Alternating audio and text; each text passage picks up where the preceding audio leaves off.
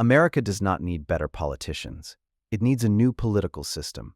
That title sounds extreme, so it needs one clarification immediately. Of course, America needs better politicians. Honesty matters, competence matters, courage matters. A careful person will use power more responsibly than a reckless one.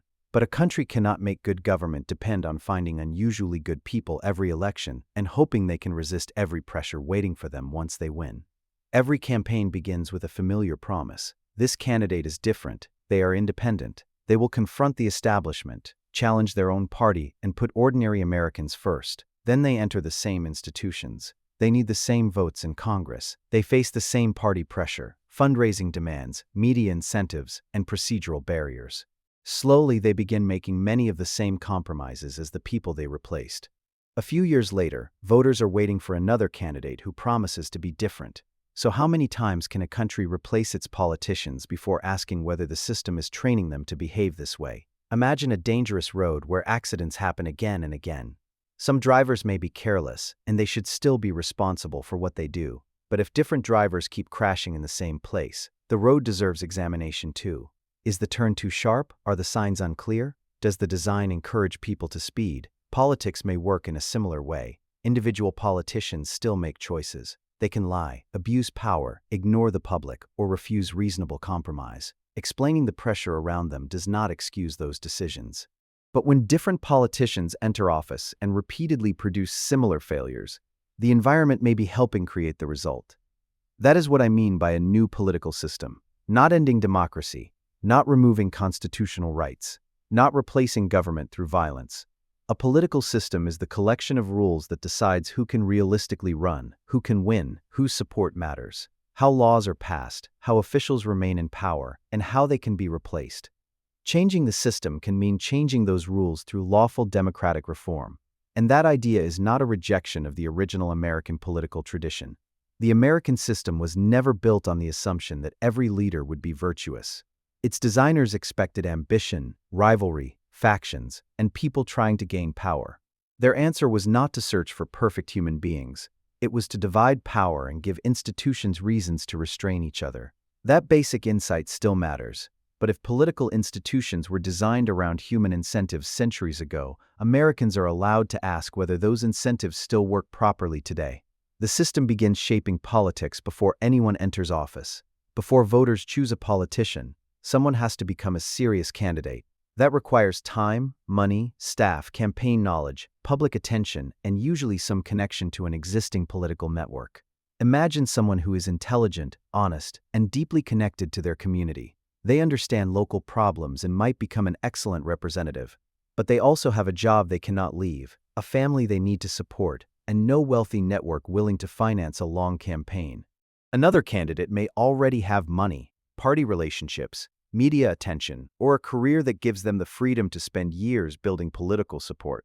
The voters eventually see both names on a ballot, but the contest was never completely equal. In many cases, the more capable person may never reach the ballot at all. That creates an important distinction. Elections choose among the candidates the system produced. They do not decide who had a realistic chance to become a candidate in the first place. So before asking why voters keep choosing the wrong politicians, we should ask what kinds of people the path into politics makes easiest to choose.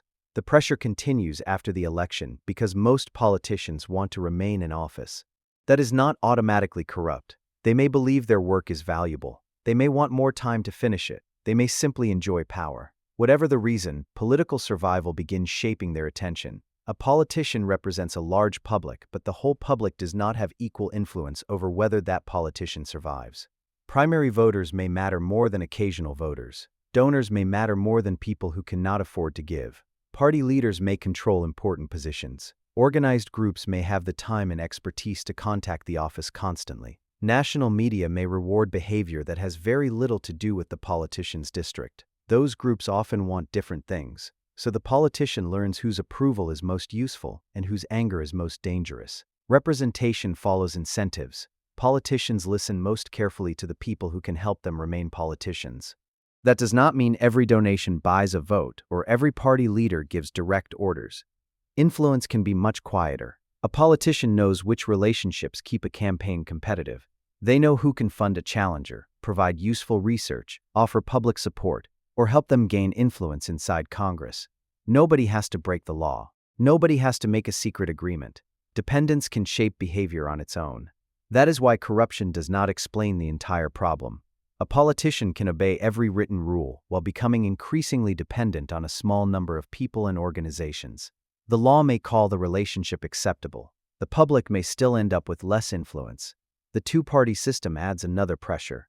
America contains far more than two political beliefs, but most important elections still force those beliefs into two broad coalitions. A voter may agree with one party on the economy, the other on foreign policy, and neither on social issues. Yet when the election arrives, the choice often becomes one large package against another. That gives parties a strange kind of protection. A party may not need voters to feel deeply represented. It may only need them to fear the alternative more. The message becomes less about why the party deserves support and more about what will happen if the other side wins. That can be effective politics. It can also produce weak representation. A voter can feel ignored by their own party and still support it because the alternative feels worse.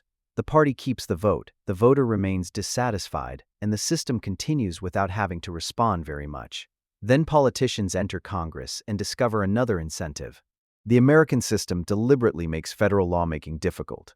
The House, Senate, President, courts, and sometimes the states all have ways to affect what happens. That friction can be valuable. It can slow sudden abuses, protect rights, and prevent one temporary majority from controlling everything. But it can also make failure politically useful. Imagine the opposing party controls the presidency. If a problem is solved, the president may receive credit. If government appears effective, the president's party may become stronger. So helping the country can sometimes help your political opponent. Blocking action may be better for the party even when a compromise would improve the situation. That creates one of the most damaging incentives in the system. National failure can become partisan success. This does not mean every blocked proposal is good or that compromise is always wise. Sometimes stopping a law is exactly what a responsible politician should do. The problem begins when refusal becomes valuable mainly because cooperation would allow the other side to claim an achievement. Then the country can remain stuck while both parties use the failure in the next campaign. Safe districts make this worse. Some politicians face little danger from the opposing party. Their greatest threat may come from someone inside their own party accusing them of being weak, disloyal, or insufficiently committed. Now compromise becomes dangerous. A politician who reaches an agreement may be punished, while a politician who refuses every agreement may become more popular with the voters most likely to decide the next primary. The broader public may want government to function. The politician may still have a stronger reason to perform loyalty. That is not simply a failure of character. It is a system telling politicians that confrontation may be safer than governing. Modern politics also operates inside an attention economy. Quiet competence is hard to see. Repairing an administrative process may improve thousands of lives, but it rarely creates dramatic footage. A confrontation does. A short accusation can travel further than a careful explanation. A viral hearing can attract more attention than months of serious legislative work. Attention then becomes political power. It brings followers, interviews, donations, influence inside the party, and the possibility of higher office. So the behavior that makes someone successful at modern politics may not be the behavior that makes them successful at governing. Campaigning rewards clear enemies. Governing requires trade-offs. Campaigning rewards certainty. Governing often requires admitting uncertainty.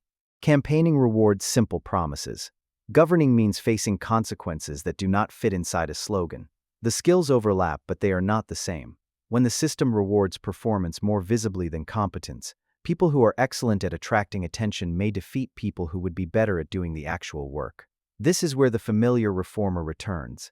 They enter office promising to reject the system. But they still need votes, staff, information, campaign support, and working relationships with institutions they criticized. They begin compromising. Some compromises are necessary. No politician can achieve everything alone. Others slowly change what the politician is willing to challenge. The public watches another outsider become part of Washington and concludes that the person was dishonest from the beginning. Maybe they were. But there is another possibility. Perhaps independence became increasingly expensive. Perhaps the system did not completely control them, but made resistance difficult enough that most people eventually adjusted. Replacing the politician did not replace the incentives waiting for the next politician. Still, blaming the system for everything would be too easy. History includes politicians who resisted pressure, exposed corruption, passed difficult reforms, and accepted personal costs for doing what they believed was right. Leadership matters, courage matters, character matters. The argument is not that politicians are powerless, it is that a healthy country should not require exceptional courage for normal public service. Good behavior should not always be the most personally expensive option. A political system should make serving the public easier and abusing power harder. That brings us to the question underneath the title. What behavior does America want its political system to make rational? Should survival depend mainly on raising money, pleasing party leadership, attracting attention, attacking the opposition, and protecting a safe seat? Or should it depend more heavily on broad representation, visible results, honest explanations, real competition, and continued public trust? That question does not give us one perfect replacement, but it gives us a way to judge reforms. A better system should create genuine competition. New candidates should be able to become serious without first receiving approval from a tiny circle. Existing parties should not control every realistic route into power. Politicians should know they can be challenged when they stop listening. A better system should also create meaningful representation. Voters should have more reason to support what they believe in and less pressure to vote only against the side they fear. Political survival should depend on a broad public rather than a narrow primary electorate, donor network, or leadership group. It should reward governing. Politicians should be able to gain support by solving problems, explaining difficult compromises, and admitting when something failed. The system should preserve disagreement without making permanent failure the safest political strategy. Influence and responsibility should be visible. The public should be able to understand who funded major political activity, who shaped a proposal, who benefited from a decision, and who had the power to stop it. Accountability becomes impossible when everyone claims credit for success and blames someone else for failure, and any replacement has to restrain its own winners. Imagine a new party wins, a reform movement becomes popular, a president gains enormous support. What stops them from changing the rules to protect their own power? A fair political system should remain fair when people you oppose eventually control it. That creates the most important test for every reform. Would you still support the rule if your political opponents benefited from it first? Would it still seem fair if a leader you distrusted learned to use it better than anyone expected? Never design a political system only for the people you hope will control it. Design it for the people you fear may control it next. That is why reform has to be careful. More political parties could create better representation but make responsibility less clear when coalitions form. Fewer places where laws can be blocked could make government more effective, but make one temporary majority more dangerous. Recall elections could improve accountability, but create permanent campaigning. More direct public voting could give citizens greater control while making complicated policy more vulnerable to emotional campaigns and wealthy advertising. The current system has incentives. Every replacement would have incentives too. There is no neutral design. Political reform is not a search for a system without trade-offs. It is a choice about which trade-offs are acceptable, which failures are easier to correct, and which dangers are least likely to become permanent. Then there is the problem of transition. Even when a better rule can be imagined, how does America adopt it? Current politicians may benefit from the existing system. The major parties may resist reforms that weaken their control. States may disagree. Citizens may agree that the system is failing while wanting completely different replacements. The people who must approve reform may be the same people who risk losing power because of it. That makes change difficult. But difficult does not mean impossible. A political system is a collection of rules, and rules can change. Election rules can change. Ethics systems can change. Campaign structures can change. Districting can change. Public participation can change. Emergency powers can change. Not every reform requires destroying the Constitution, and not every reform requires destroying the Constitution, and not every old institution needs to disappear. There are things worth preserving: protected speech, peaceful assembly, regular elections, the peaceful transfer of power, independent courts, constitutional rights, limits on what temporary majorities can do. The goal should not be to replace constitutional democracy. It should be to redesign the incentives operating inside it. Because America will always need good politicians. No rule can replace judgment. No institution can manufacture courage. No system can guarantee that everyone who gains power will use it well. But depending on unusually good individuals is not a political system. A real system expects ambition, fear, loyalty, self-interest, the desire for attention, and the desire to remain in power. Then it tries to arrange those forces so political success depends more heavily on serving the public. The goal is not to find politicians who never care about their careers. It is to make their careers depend on better things: broader support, open competition, visible results, honest explanations, rules that apply to both sides, institutions that can be corrected when they fail. The system should not ask politicians to become saints. It should make public service the most reliable path to political survival. That may be the strongest difference between better politicians and a better political system. A better politician can improve government for a few years. A better system can continue shaping behavior after that politician is gone. A better politician can resist pressure. A better system can reduce the pressure. A better politician can refuse to abuse power. A better system can make abuse harder to hide and easier to punish. A healthy democracy needs both, but only one of them can be designed to keep working after today's leaders leave office. So America does need better politicians. What it cannot afford is a system that only works when unusually good people overcome every incentive surrounding them. The real purpose of political reform is not to keep searching for leaders strong enough to resist the system. It is to build a system where serving the public is how leaders become strong in the first place. So what rule in the American political system do you think creates the worst political behavior? And what would you replace it with? And if you like breaking political systems down like this and rebuilding them from scratch, subscribe. There are a lot more questions like this to test.